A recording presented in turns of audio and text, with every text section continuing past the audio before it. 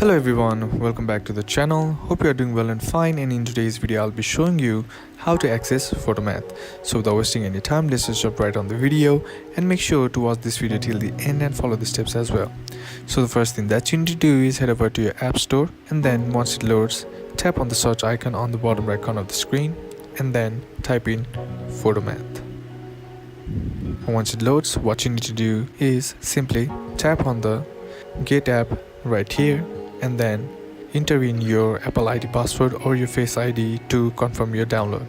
And once it's downloaded, all you gotta do is tap on open.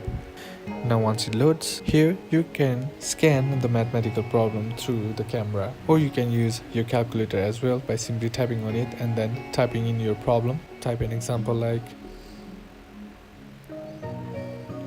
here you can see I have entered a math problem, and now you can tap on the solution by simply typing on solution and then type on solving steps, and here you'll be able to see the detailed steps that is provided by the PhotoMath.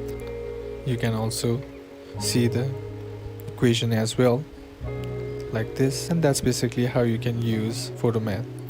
Or you can just simply scan your problem through the camera lens or the camera app of the PhotoMath, and then you'll be able to have solutions for your problems. And that's basically how you can use PhotoMath. And that's it for today's video, guys. Hope this video was useful to you. Leave a like if it did, comment down below what the next video should be on. Consider subbing to the channel. Thanks for watching. Bye bye.